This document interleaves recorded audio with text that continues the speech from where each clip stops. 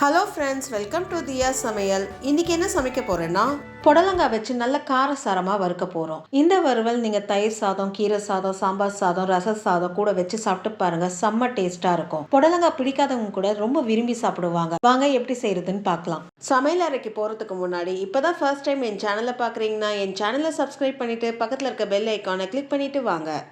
புடலங்காய் வறுக்க ஒரு கடாயை எடுத்துக்கோங்க. கடாய் நல்லா சூடான பிறகு 1 டேபிள் ஸ்பூன் எண்ணெய் சேர்த்துக்கோங்க. எண்ணெய் நல்லா சூடான பிறகு ஒரு 1/2 ஸ்பூன் கடுகு சேர்த்துக்கோங்க. 1/4 ஸ்பூன் சீரகம் சேர்த்துக்கோங்க. 1/2 ஸ்பூன் உளுந்து சேர்த்துக்கோங்க. கடுகு நல்லா வெடிச்சு உளுந்து நல்லா செவக்க ஆரம்பிக்குது. இப்போ 3 காஞ்ச மிளகாய் சேர்த்துக்கோங்க. ஒரு மீடியம் சைஸ் வெங்காயத்தை நறுக்கி சேர்த்துக்கோங்க. கொஞ்சம் கருவேப்பிலை சேர்த்துக்கோங்க. வெங்காயம் அந்த எண்ணெயில் நல்லா வதங்கி அதோடைய கலர் லைட்டாக சேஞ்ச் ஆகிற அளவுக்கு வதக்கி விட்டுக்கணும். ஒரு 1லேருந்து 2 நிமிஷம் விட்டு விட்டு வதக்கி விட்டிங்கன்னா வெங்காயம் நல்லா வதங்கி வந்துடும். வெங்காயம் ஓரளவுக்கு வதங்கி வந்திருக்கு. இப்போ இதில் 1/2 ஸ்பூன் இஞ்சி பூண்டு பேஸ்ட்டை சேர்த்துக்கோங்க.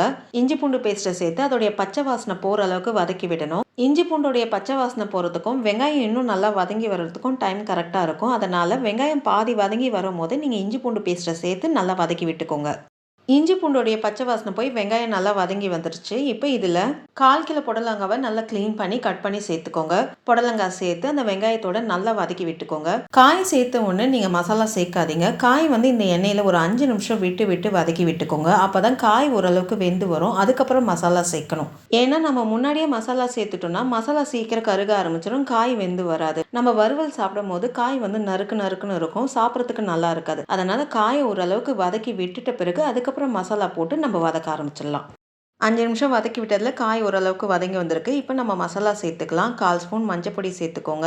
1 ஸ்பூன் குழம்பு மிளகாத்தூள் சேர்த்துக்கோங்க. குழம்பு மிளகாத்தூள் இல்லைன்னா 3/4 ஸ்பூன் வெறும் மிளகாத்தூள், 1/2 ஸ்பூன் தனியாத்தூள் சேர்த்துக்கோங்க.